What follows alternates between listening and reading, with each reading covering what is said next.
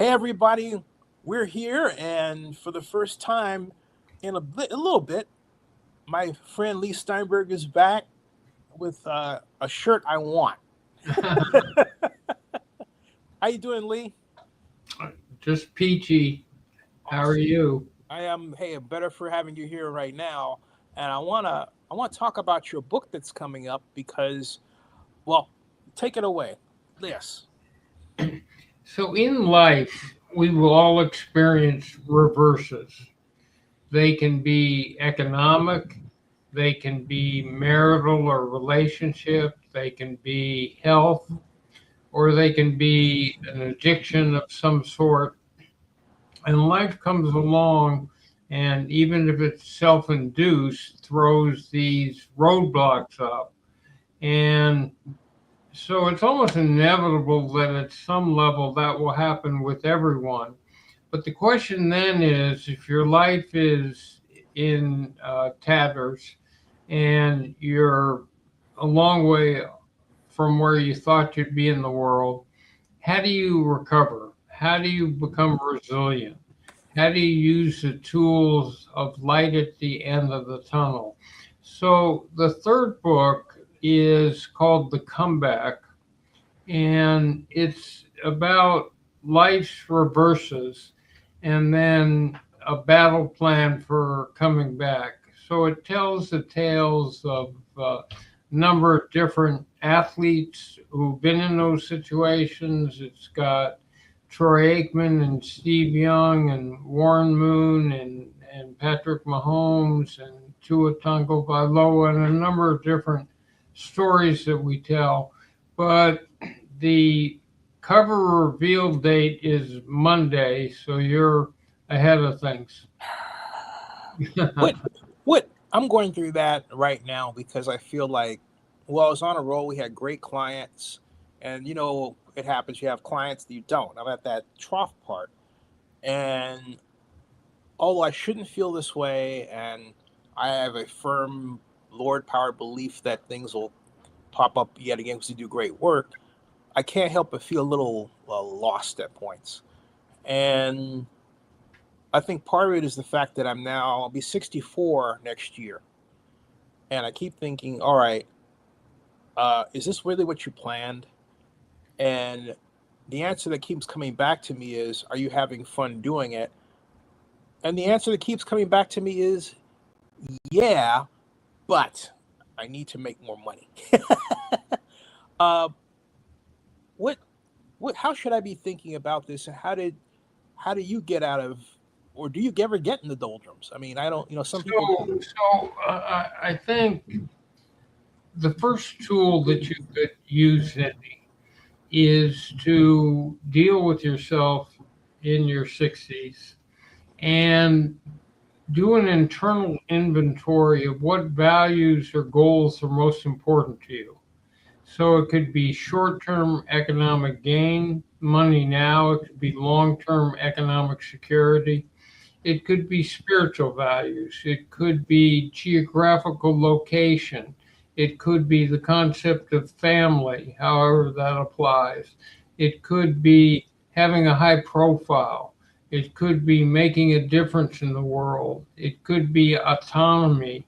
Um, but you need to sit and reflect on those values and see where you are, in your 60s as opposed to what was important to you in your 30s.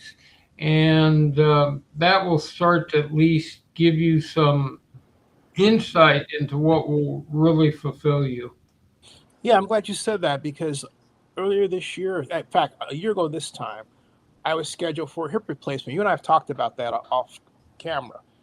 And 11 antioxidants later, I'm fully walkingly. I need an operation.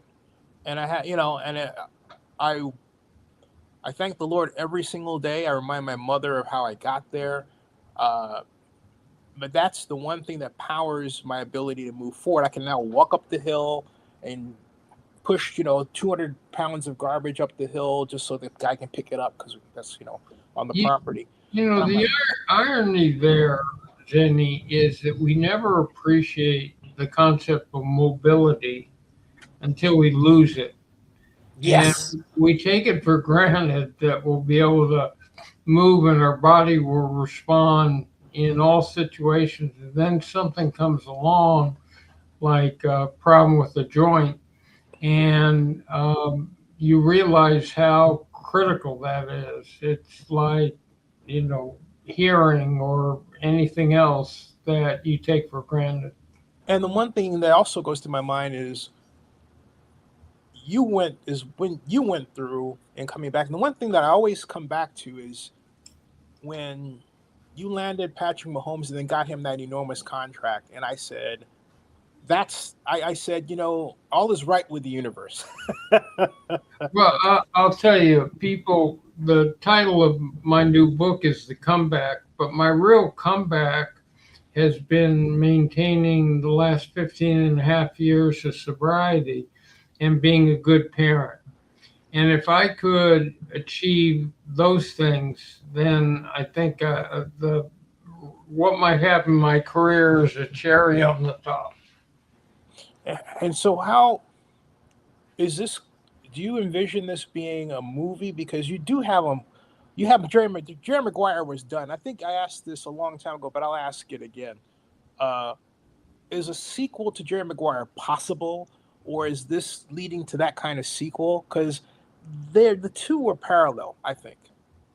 So a number of people approached me about doing a life story of some sort that would start back with my grandpa at Hillcrest Country Club playing gin rummy with Groucho Marx and George Burns and Jack Benny, and George Burns taking me my first game. And then it would move to Berkeley in the 60s. And those really unique times where I'm student body president and the governor is Ronald Reagan. And every time we demonstrate against Vietnam, he cracks down. And I learned everything I ever needed to learn about the art of negotiation and leverage from him and interacting with him. And then it takes you through the next 50 years. Cameron Crowe, the director, screenwriter of Jerry Maguire, has been really clear that he doesn't do sequels.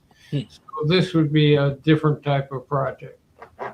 Is it so it'd be more like a Netflix documentary kind of project, or It could be that, or it could be a dramatically scripted full-length motion picture. But it's right now I'm working on a series of projects that are really exciting from our Concussion Foundation on the specter of athletic concussions.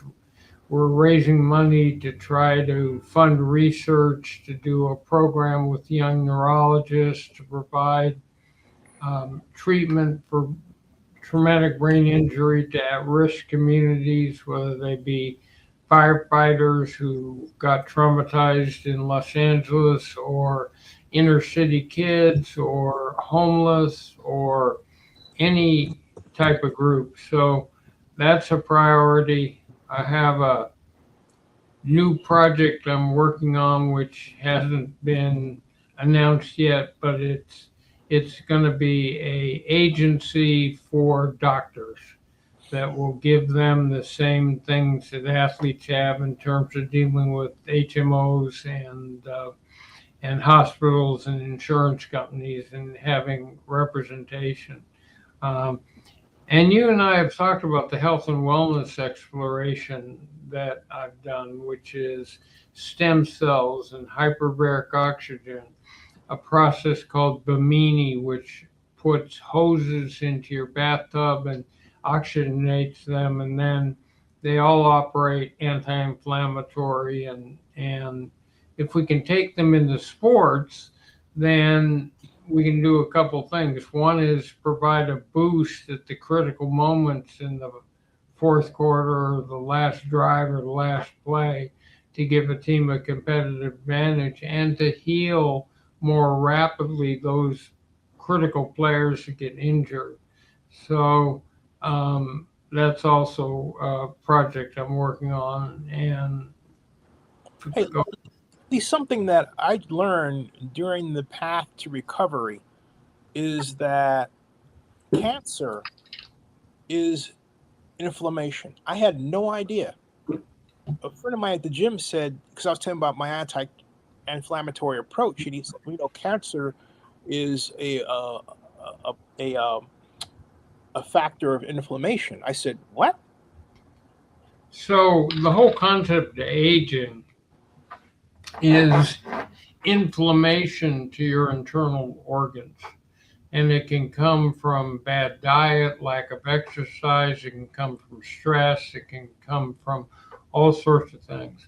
Everything I just talked about is anti inflammatory. And so the answer is that this is anecdotal, but doing hyperbaric chamber oxygen is anti-cancer in its nature. Hmm. So the person at the gym was very wise. Yeah, that Tyler Pardee, folks, best trainer in Fayetteville, Georgia. I have to say, a good friend. And yeah, this journey. And when I think about comebacks, I also think about the the Agent Academy and how you're teaching other agents. Talk about that because you've been So in Las Vegas quite a bit. So what I wanted to do is mentor a new generation of ethical, principled sports professionals. It could be agency, but when we do our agent academies, which we just did one and we've trained probably some number of thousands of young people, and we teach them how to recruit or sell, how to listening skills, how to put yourself in the heart and mind of another person and see the world the way they see it, how to draw out the values that we talked about so that you can bond. And so we have them recruit real athletes. I mean, it's been Warren Moon, it's been Patrick Mahomes. We have an exercise where they are agents pitching a college player. And we have another exercise where half of them play general managers and half of them play player agents, and they have to negotiate a contract.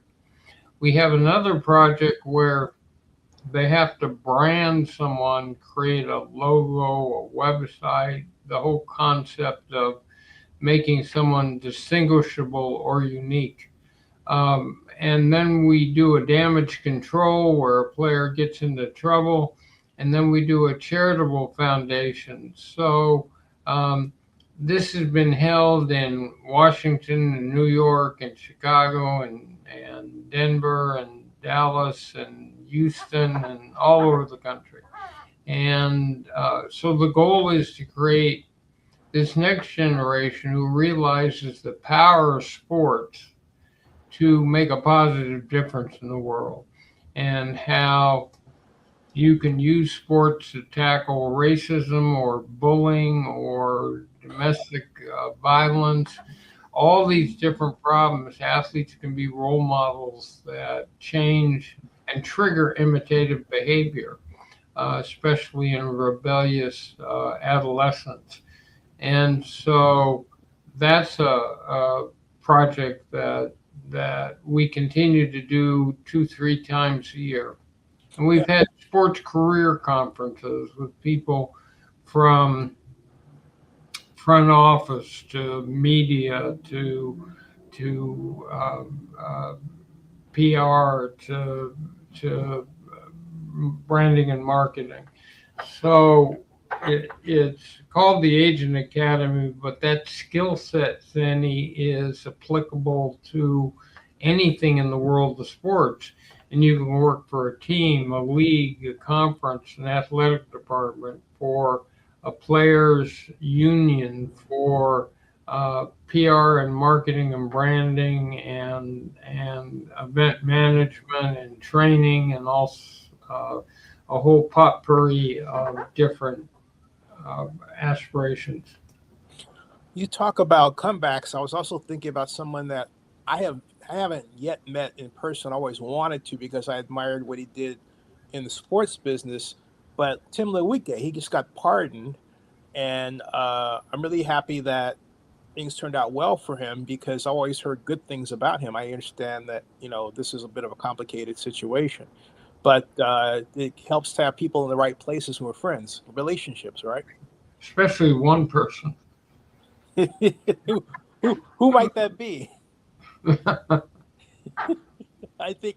You think it was Jerry Jones, or uh, I just I can't help but think it might be because that would be the first call I made if one of my clients was Legends and Legends was partly owned by Jerry Jones and Jerry had a pipeline to Donald Trump. That would be my first thought to begin with. But Uh, there's a whole series of NFL owners who have funded him. oh, okay, so he's got yeah, but like I said, I've heard nothing but good things about him going back a long way. I know that you were in a sense up against him in the matter of bringing the NFL back to LA because you Right. were right. Yeah. Tim LeWicke, uh, ran the whole empire that was the what's now called crypto.com and arena, and but he was responsible for the parts of the development of downtown Los Angeles, and I have no idea what his criminal activities might have been. No, neither do I. It seemed like something that I think someone in the Trump Justice Department misinterpreted and probably got a little carried away. But I think of him as a comeback. But I also think of a Doug Martin as a sad case. It would seem from maybe where we haven't been with brain health yet, or am I wrong? No, I think you're right. Look, here's the key. When I held my first concussion conference, it was 1994, and I had a crisis of conscience in the 1980s because I'm representing half the starting quarterbacks. They keep getting hit in the head. And we would go to doctors and ask, how many is too many? What's the magic number? And they had no answers. So we started, and the first concussion conference had Troy Aikman and Warren Moon and Steve Young and Drew Bledsoe and a series of athletes at it. But eventually we got to the point in about 2006 where a doctor finally was able to tell us what the point is in which you've got exponentially bad results from getting hit in the head. And they said 3 or more concussions produce an exponentially higher rate of Alzheimer's, Parkinson's, premature senility, chronic traumatic encephalopathy, and depression. So I've called it a ticking time bomb and an undiagnosed health epidemic. If you think about concussions as knockout blows, then you're not factoring in that each play at the inception involves a lineman hitting a lineman. And each time they hit, there's a low level subconcussive event that alters the brain. So you could have an offensive lineman who played in high school, college, and a long pro career that had 10,000 subconcussive hits, none of which have been diagnosed as a concussion, and none of which the player's aware of. But the aggregate almost certainly does the same thing as getting knocked out 4 or 5 times. Oh my goodness! So when you think of Jackson Dart, think of Jackson Dart, I think about our conversations all the time. But then I also think about a press conference comment he made. I should have clipped for this discussion, but I remember exactly what he said. He said, paraphrasing, I'm not changing the way I play. In fact, that's not much of a paraphrase. That's exactly what he said. What are your thoughts? Go ahead. So these last 51 or 2 years that I've been representing athletes, means that I'm totally aware of how they're acculturated to be in a state of denial about their physical health. So let's assume you and I could agree, if we were stacking up values and priorities, that long-term health would be the first. And after that, the ability to play a pro career. And less than that is the ability to play in a given season. And less than that, the ability to play a given game. And the lowest priority would be playing this current play. The athlete turns that diametrically on its head, and the play is everything. So they've been brought up in Pop Warner and Little League to believe that real men don't talk about pain and injury, that real men stay in the starting lineup, that the consequence of admitting that you're hurt is to be exiled from the peer group. And so it's very difficult to get athletes to concentrate on the danger. I mean, think pro football is like a traffic accident on every play. And so to do it, they have to be in a state of denial, which is not thinking about that potential. So the athlete has never been my ally on this issue. It's always been the wife or girlfriend, the parents, people around the athlete who care about their long-term health. Is it, given what you just said and the impact on the brain, shouldn't coaches to this day still be discouraging the running quarterback? I understand the danger of dual threat, but if I were an offensive coordinator, my philosophy, and if I were allowed to have it from my boss, the coach, of course, would be, I only want my quarterback running if the lane is open and it's a last resort where the defense doesn't expect it. But I don't want my quarterback out there running as a matter of course. Remember the story of a player who was, in his first couple of years, as big a star as there was in football, RG3. Yep. Yes, that's exactly what I was thinking of. Yes. Go ahead. I'm sorry. And the point is, you can only get hit so much. And remember, the physics of the hit have changed. You have bigger, stronger bodies moving at a rapid rate of speed. So the only thing I can tell you is, unless that quarterback slides, he's going to get beat up. Jackson Dart, start sliding. That's Leigh Steinberg said it right here. Start sliding, because I wouldn't be surprised if Jameis Winston gets another set of starts before the year is done, the way Jackson insists on playing. It's something else to see him going. Wow. Hey, so shifting gears from that to talk about something that is equally exciting. We have your 39th Super Bowl party coming up in San Francisco. Where's it going to be? It's at a building. We had a whole set of priorities, but the NFL dominated most of the venues. So we're taking a building like we did in Las Vegas, and we're going to turn it into a center. So we're doing the humanitarian philanthropic awards again, and we just and we have a yes for the current player. It's going to be the running back David Montgomery from Detroit, who's really involved with mental health.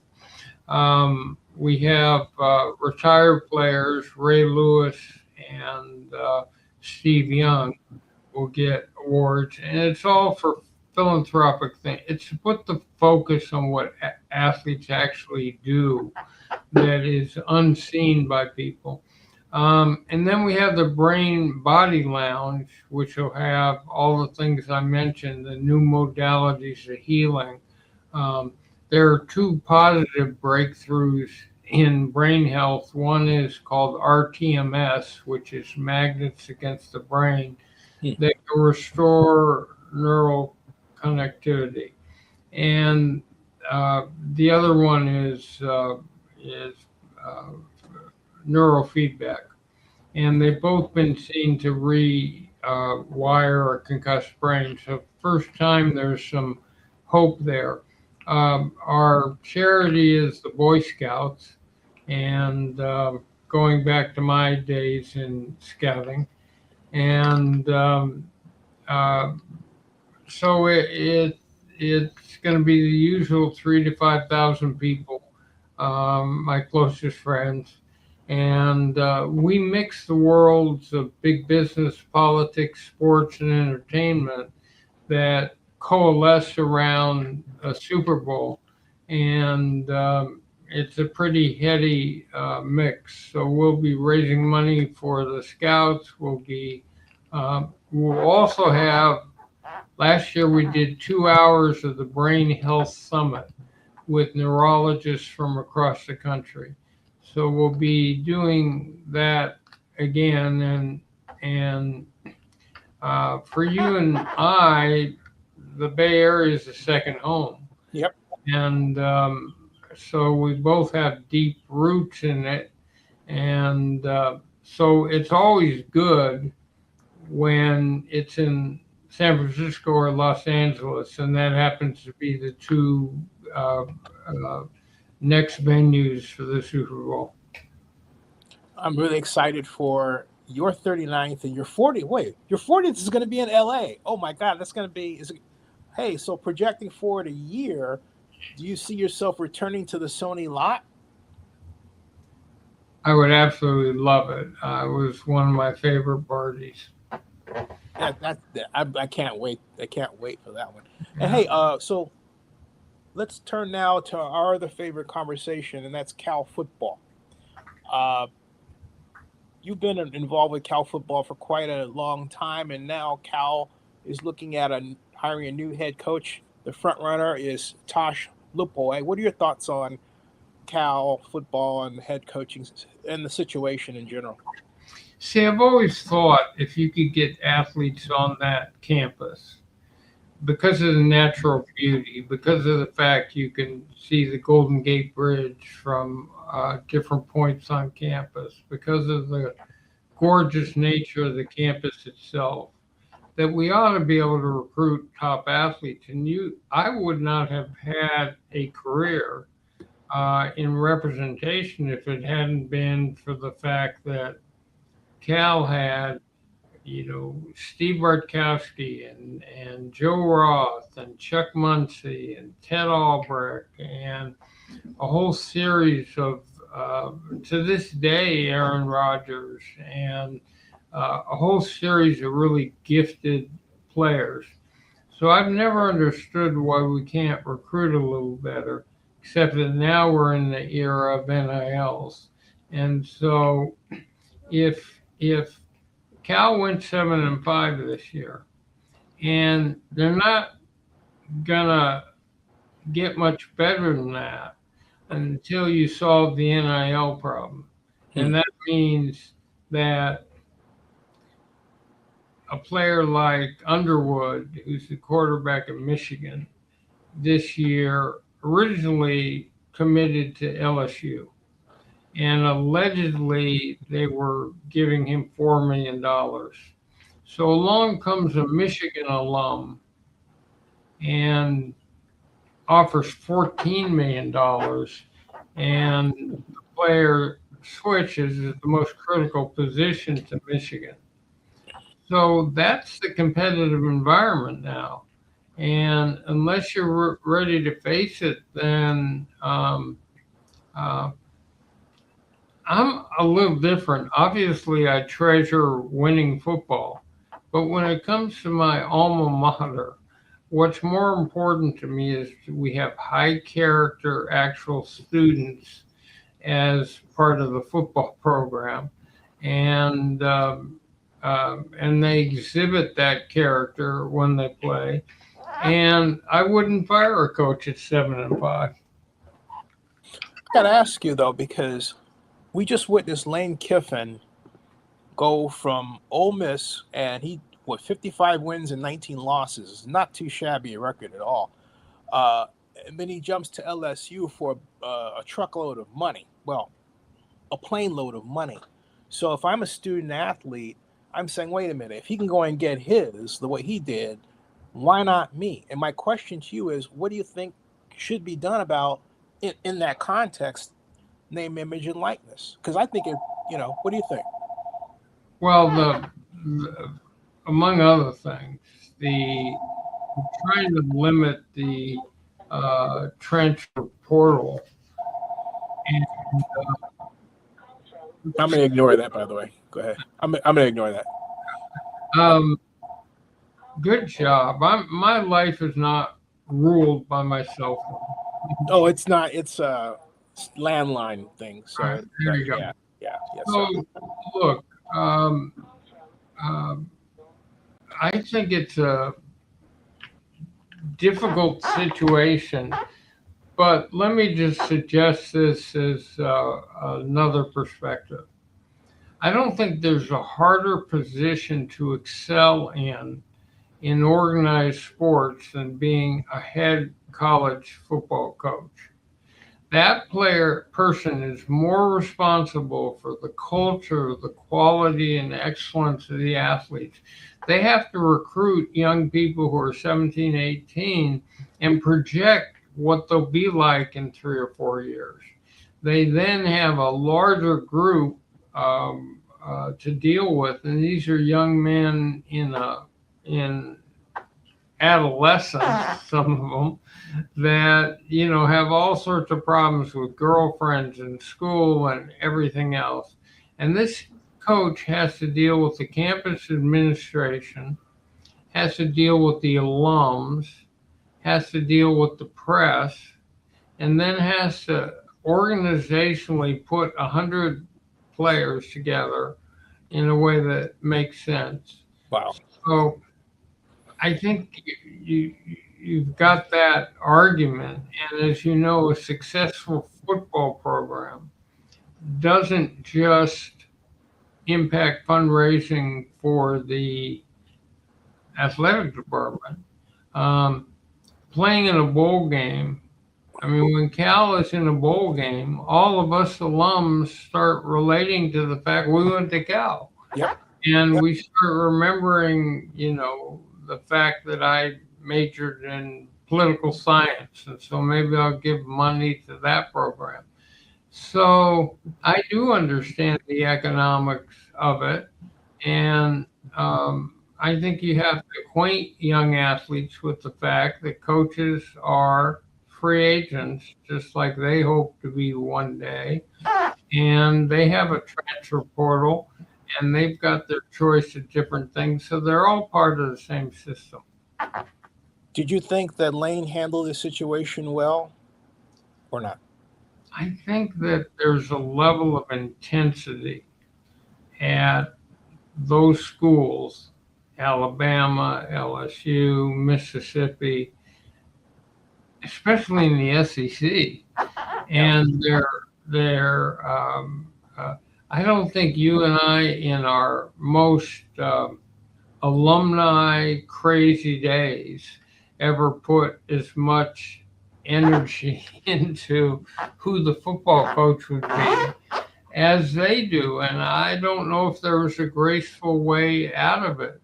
And it was so heavily publicized.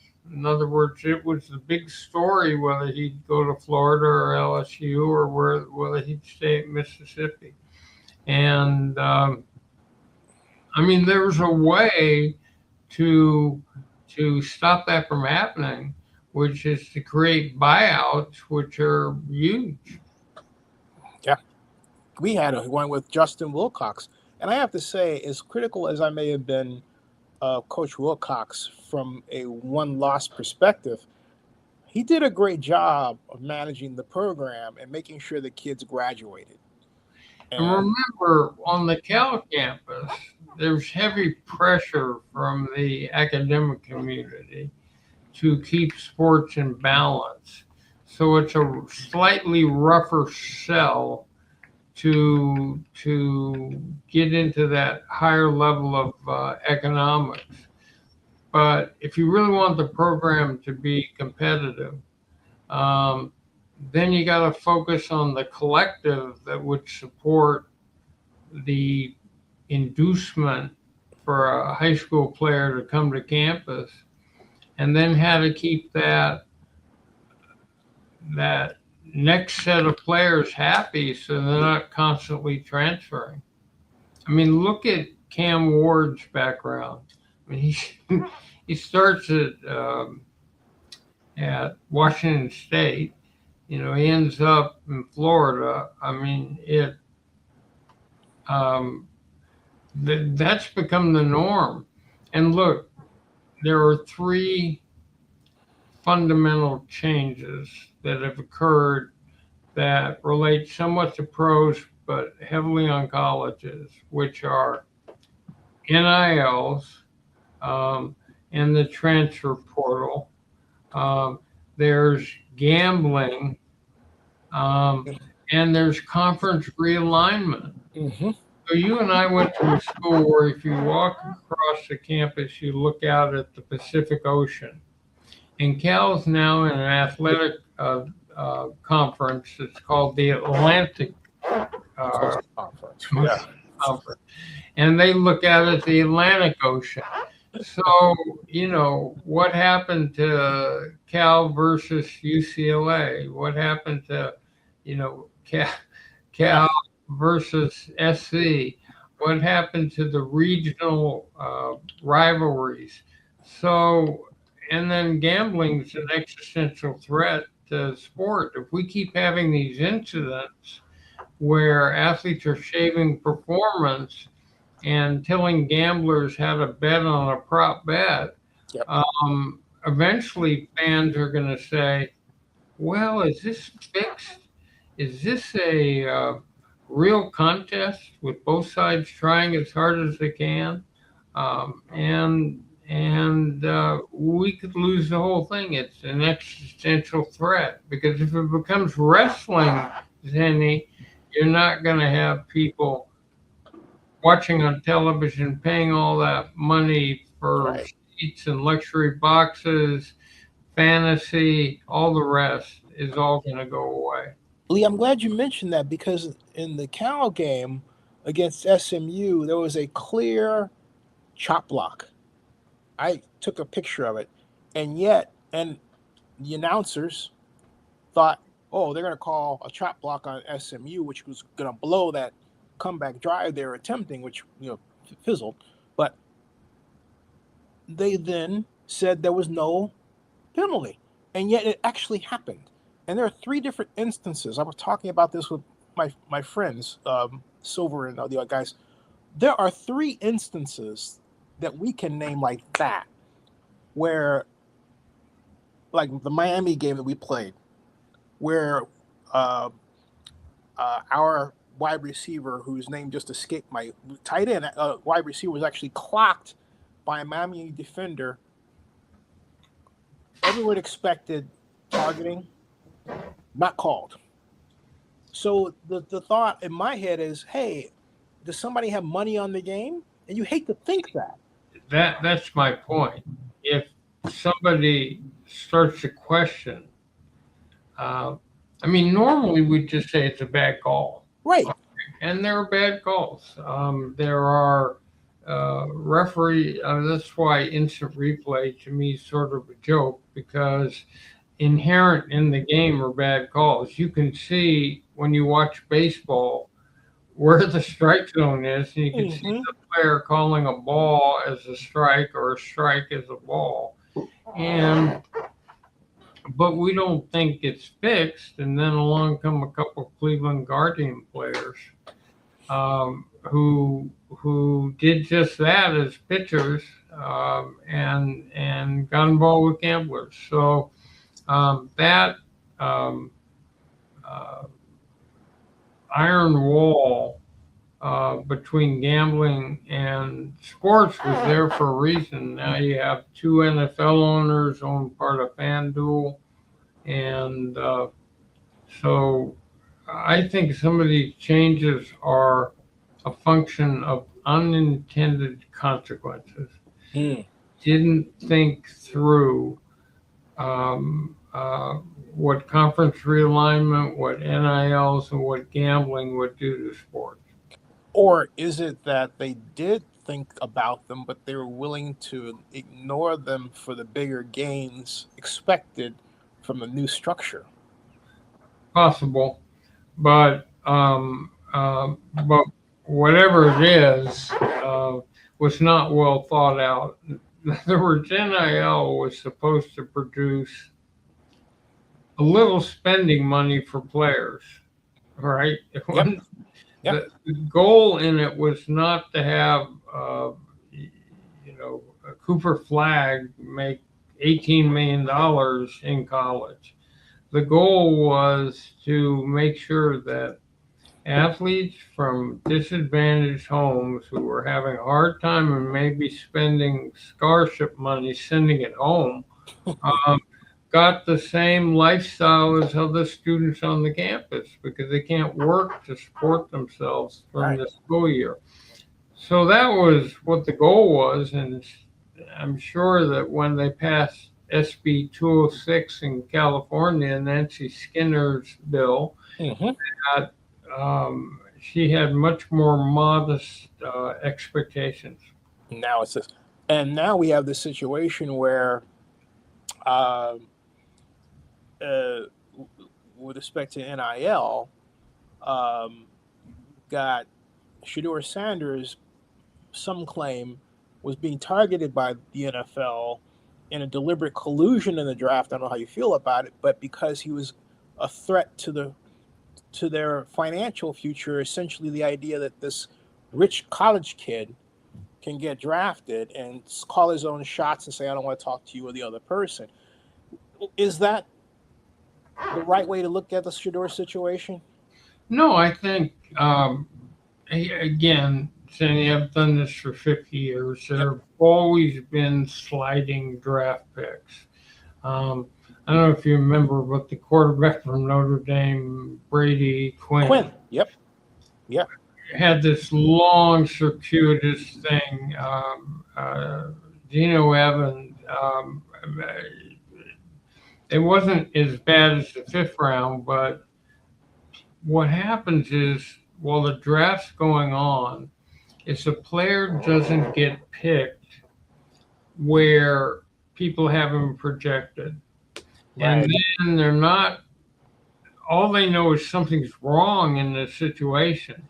And then they figure, well, no one else picked him. There must be something wrong here. And look, and really, if you look at the Shador Sanders situation, he couldn't have landed in a better place. Yeah. Right. He did. Notwithstanding the fact that Cleveland has had a pretty sorry record over time, um, but he landed in a place where there was a veteran quarterback, that Joe Flacco, that they could learn tutelage from, and then another player coming in your same year who, if you can beat him out, you're the starting quarterback. So right now he's getting his chance. But in the case of Brady Quinn, I remember that like it happened yesterday because we were at the NFL draft. That was the 2006, 2007 NFL draft, if memory serves. And that morning, the Onion came out with a headline: um, "Brady bust of Brady Quinn," and we were talking about it at Murray's Bagels. We actually put this on videos on Zinnia 62 to this day, YouTube here. And Will Mara, who wrote a book on football, I don't know if you remember the book he wrote, but he said, does that mean he's a bust or that they're making a bust of him? And but the idea was that Brady was going to go number one to the Raiders, and they took Jamarcus Russell. So I think the first thing to remember is that all this pre-draft speculation Doesn't matter if you can't find a team that will draft your player. Yeah. In other words, the he and if you can't, in other words, was Shadur Sanders' projected position accurate? Well, it was accurate if you could find a team that valued him as a first round quarterback. And you have to, when I'm sitting there with an athlete on draft day, I've got to have real information and guarantees from teams that they'll take the player. That's the way I watch the draft. And so I know if the team that said they were really interested passes on him, we got to be able to find the next team, or we're going to be a slipping draft pick. I got to ask you, do you coach? I know the answer to this, but do you coach your players on what to say? And the reason why I ask, I'll explain the context. Bill Carroll, who's a partner in my company now, and longtime NFL draft Nick, tried to ask Shador a simple question. It was one of those complicated questions about third and 8, are you going to do this, and what your decision is. And Shador, who had been fielding questions of a personal nature, like, what kind of hair gel you use and all that sort of thing, said, so you're one of the team agents, right? And Bill Carroll was having none of that. He said, well, this is the NFL Combine. It is a football-related question, right? And my initial thought when I heard that exchange was, wow, Shador, why did you have to act like that?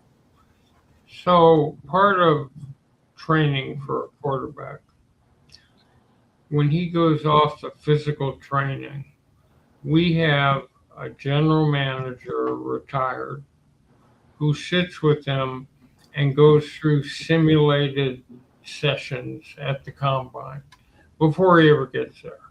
And he asks all the questions will be asked, and they go, and he reacts to the things. So, is that part of virtually every player's background? Yes.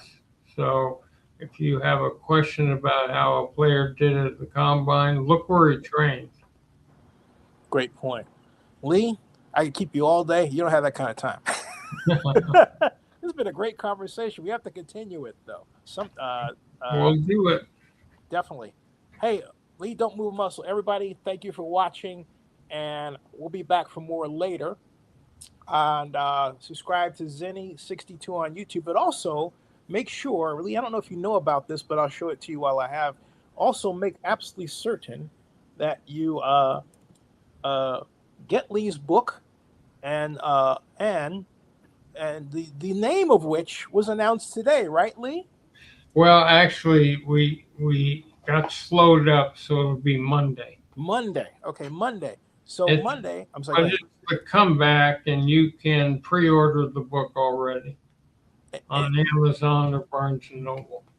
And I want you to read all about it right here on NFL News by Zenny62, right here. NFL News by Zenny62.com.